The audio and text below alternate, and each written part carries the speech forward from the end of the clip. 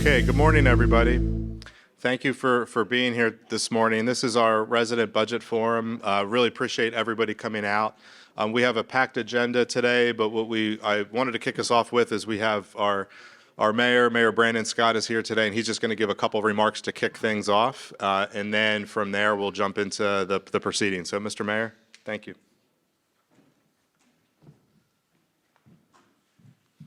Good morning, everyone. Happy Saturday and happy Black History Month to everyone. I appreciate everyone coming out this morning.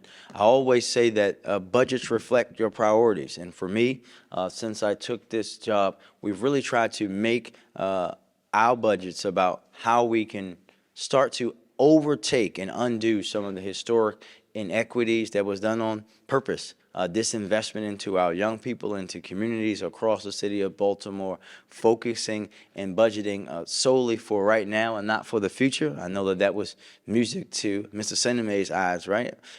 When I think about my predecessors and the checks that they wrote that should have had Spalding on it that bounced in my hand, one of the things that I said that I would not do that to the folks coming behind me 5, 10, 15, 20 years from now. But also starting to value people in neighborhoods, which is why you see our historic levels of investment into our public school system, into recreation and parks, the community development initiatives, building a community violence intervention ecosystem that helped us reduce violence in a way that Baltimore, quite frankly, had never done before, the largest reduction. And now this is about this upcoming year's budget. We will have to have some tough conversations. As everyone knows, the state, the city, we're all facing budget crunches. We're going to have to make some tough decisions, but we always want that to be informed by the most important people, our residents, which is why we do these forums, why they're interactive, so that we can hear from you all about your priorities for your budget and your money that you entrust us with spending the right way. So with that, I will sit down and take my seat and shut my mouth and turn it back over to Bob. Thank you.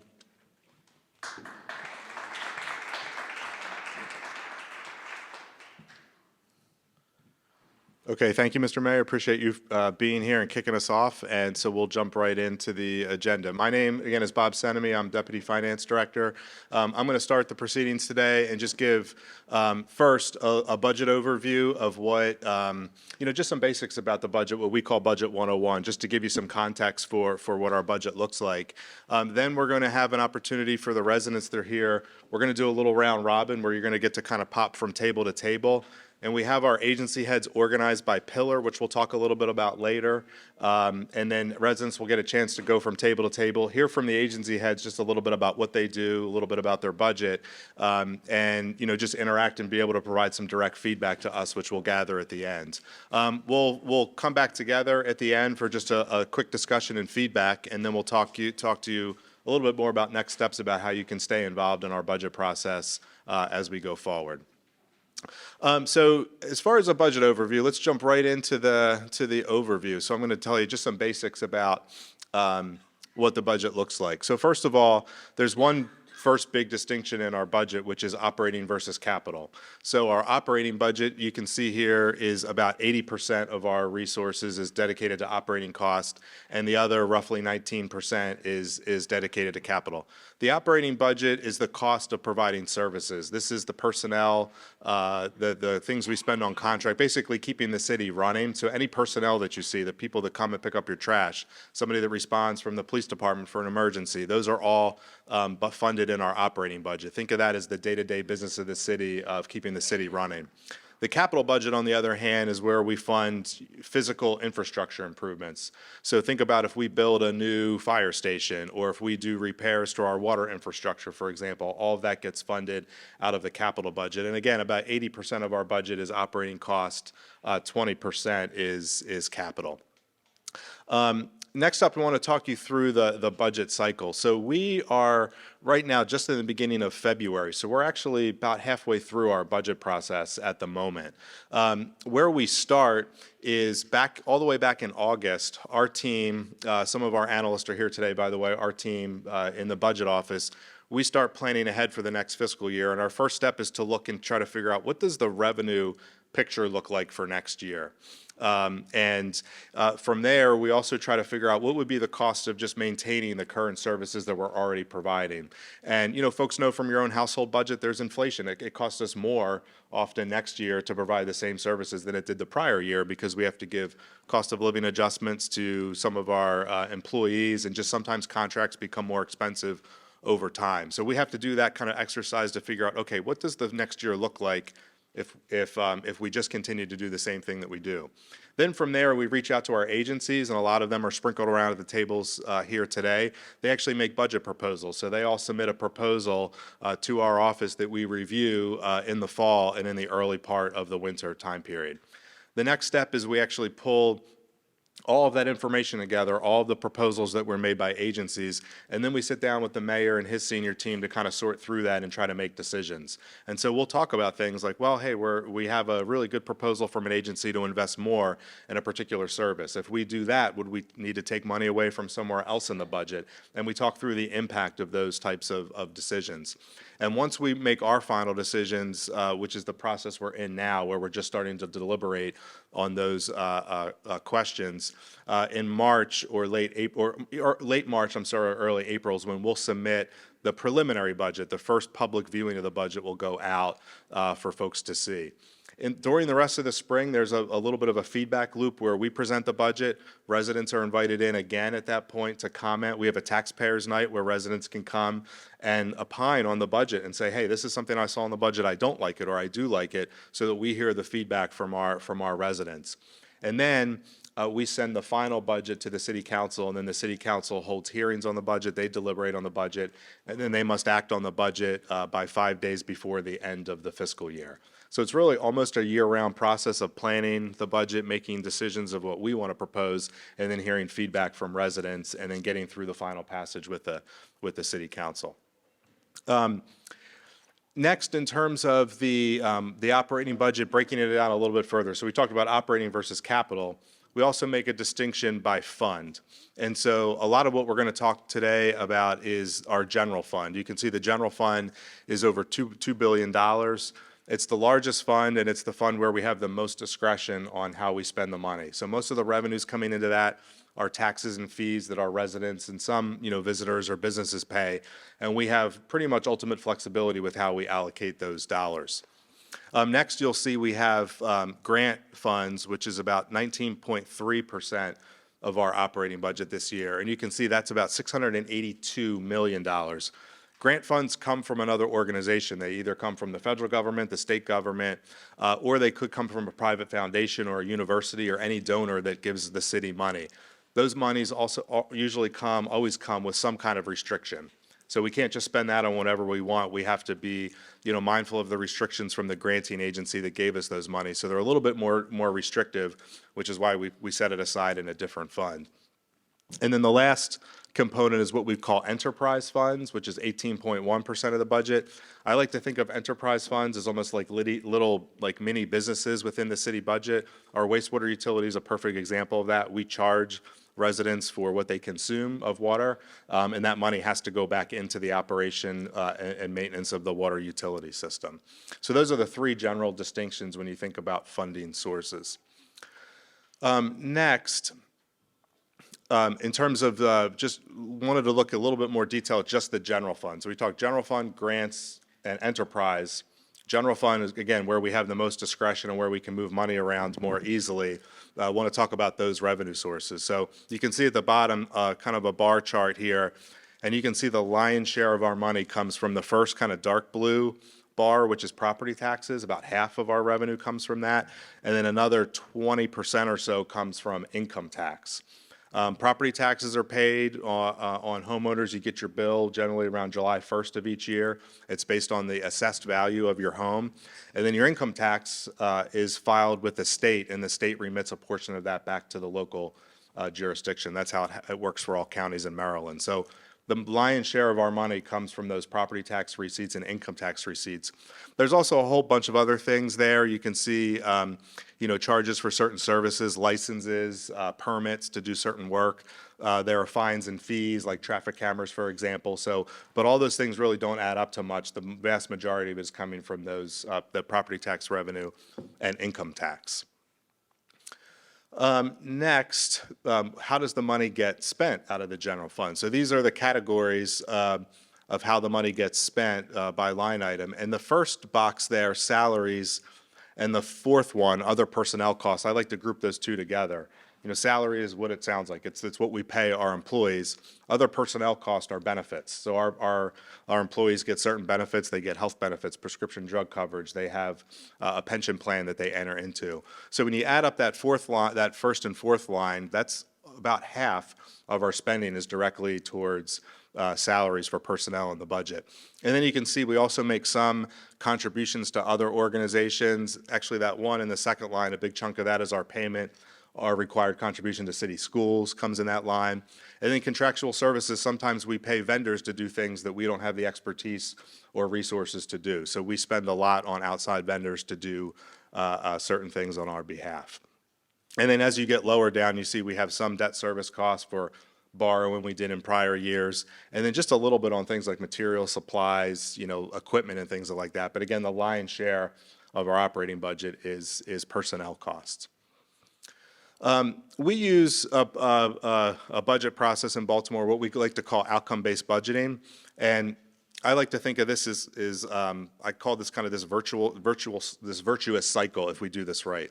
The city has a strategic plan. The mayor and his administration developed a plan, what he calls his action plan, and it's organized by pillars, which we'll talk about a little bit later. Pillar being public safety or clean and healthy or prioritizing youth. And in that plan, we have goals that we're trying to achieve for each one of those pillars. So in a good budget process, you would look at the strategic plan, figure out here are the things we want to invest in, and here's where we want to improve. And then we build our budget around that, right? So we want to allocate money where it has the best chance of improving those things that we want to achieve in the action plan. And then once the budget passes any year, then we have to monitor the spending and the plan and see if we're making progress against those things. And then we start the cycle again, right? So it's kind of like a three-pronged approach where you have a strategic plan, you build your budget around that plan, then you monitor how you're doing, and then you should be doing that every cycle in your budget process to try to keep on track. Next, if you go to the next slide, these pillars that I mentioned, there are 5 of them. Building public safety, prioritizing youth, clean and healthy communities, equitable neighborhood development, and responsible stewardship of city resources. So again, the mayor's action plan is divided into those 5 categories, and there's very specific things that we're trying to achieve in each of those categories. You can see at the bottom, we show the amount of spending versus each of those outcomes today in our current budget in order of how it's listed there, prioritizing our youth, public safety, clean and healthy, equitable neighborhood development, and responsible stewardship. We often get a question about, why is public safety so large compared to some of the other ones? What I'll say about that is, remember, our prioritizing our youth pillar, we're only one contributor to the city school system. There's actually a lot of the funding comes from the state. So in our budget, you see a contribution, it's about $400 million, but the state actually contributes over $1 billion to our school system. So we often get asked, why does that look small? But the overall spending on the schools vastly exceeds our spending on public safety. Next, our outlook for '25. So what we went through this year, remember I told you in the fall, we try to look ahead and say, okay, what does the next fiscal year look like? Can we maintain the same level of service? And we did the exercise this year. There was a really large gap to start. So our revenues were not growing fast enough to cover our cost of maintaining service. And so when we started this process, we thought, well, we have a gap of over $100 million between the revenues we expect to bring in and the services that we want to deliver, that we want to maintain. Good news is we got a little bit of good news in the past month or so. Some of those factors have actually trended back in our favor. So when the state budget gets released every year, there's some aid in the state budget. We get more understanding of our property tax values. We know what our contribution needs to be for city schools. There's a lot of things that are fixed in the state budget. And so when we gather that information, the gap came down to about $60 million. So we still don't, as we plan fiscal 25, don't have enough resources to even do what we're already doing today, which is something we'll talk about today about, where would you put your priorities? What would you look to invest more in? Or what do you think we should de-emphasize in the budget?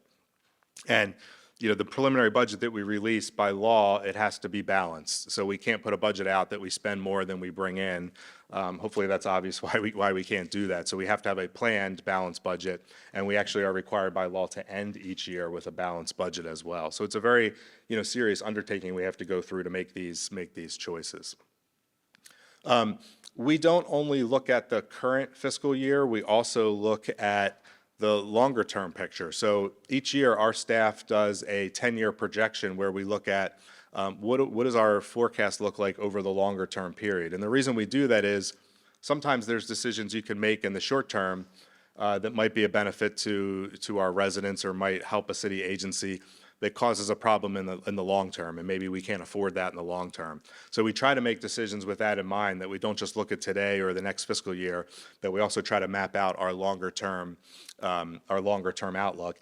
And our team, the mayor and his senior team, working with a budget office, we're trying to figure out, are there some initiatives that we can plan for future years to make sure that we stay in balance for the long run, and not open up any holes in our fiscal picture going forward.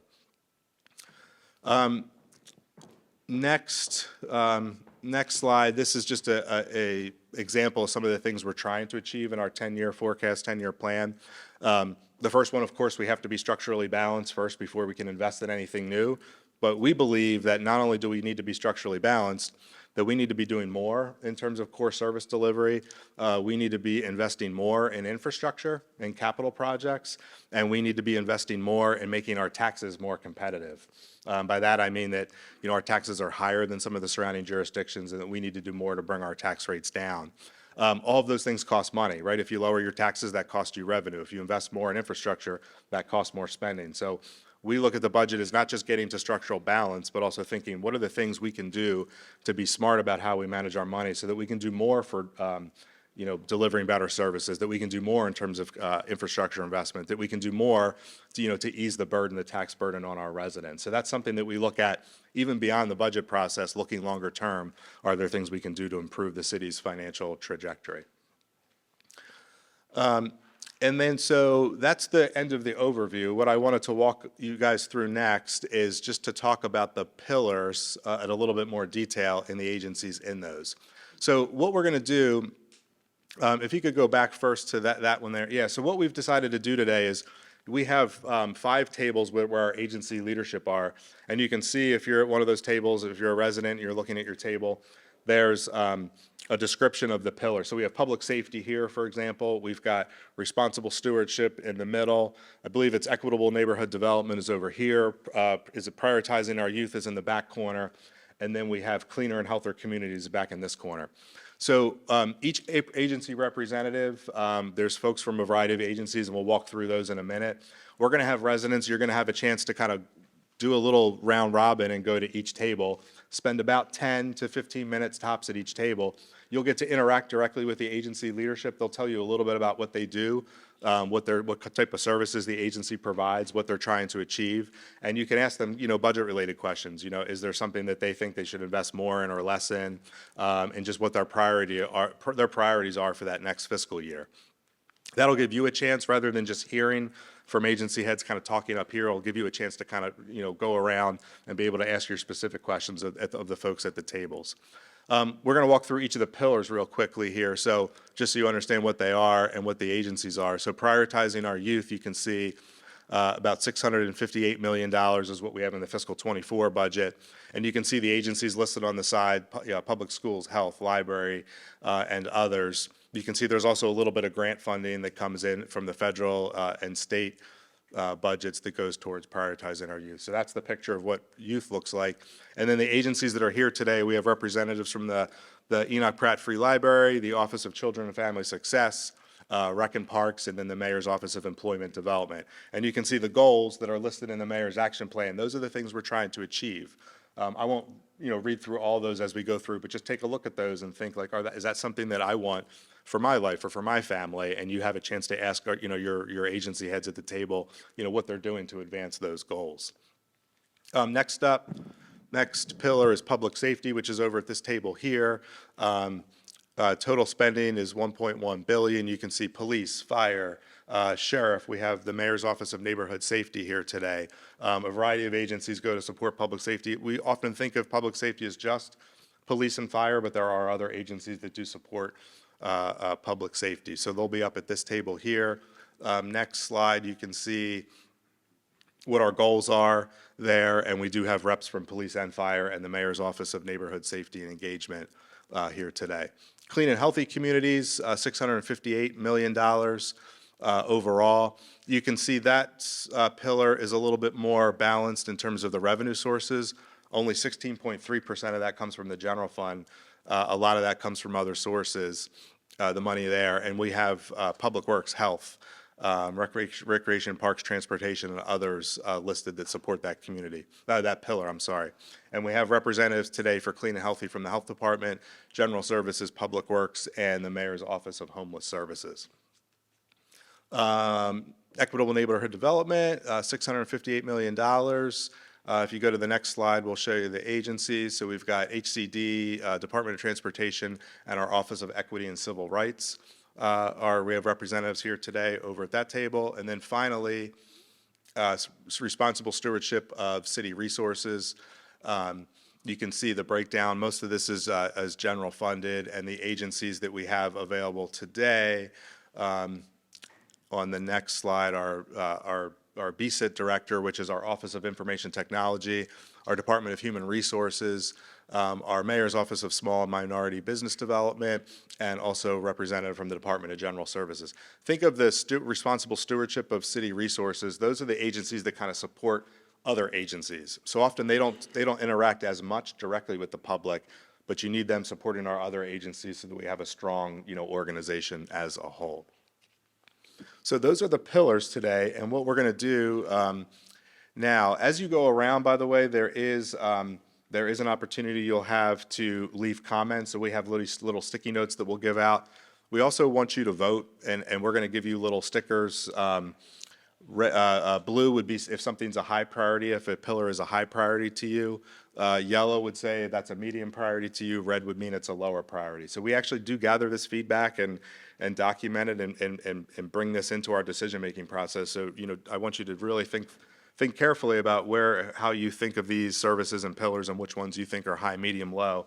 And then again, not just the high, medium, low designation, but you'll have sticky notes if you want to leave direct feedback for us as a whole and talk through it with the agency heads. That's definitely welcome as well.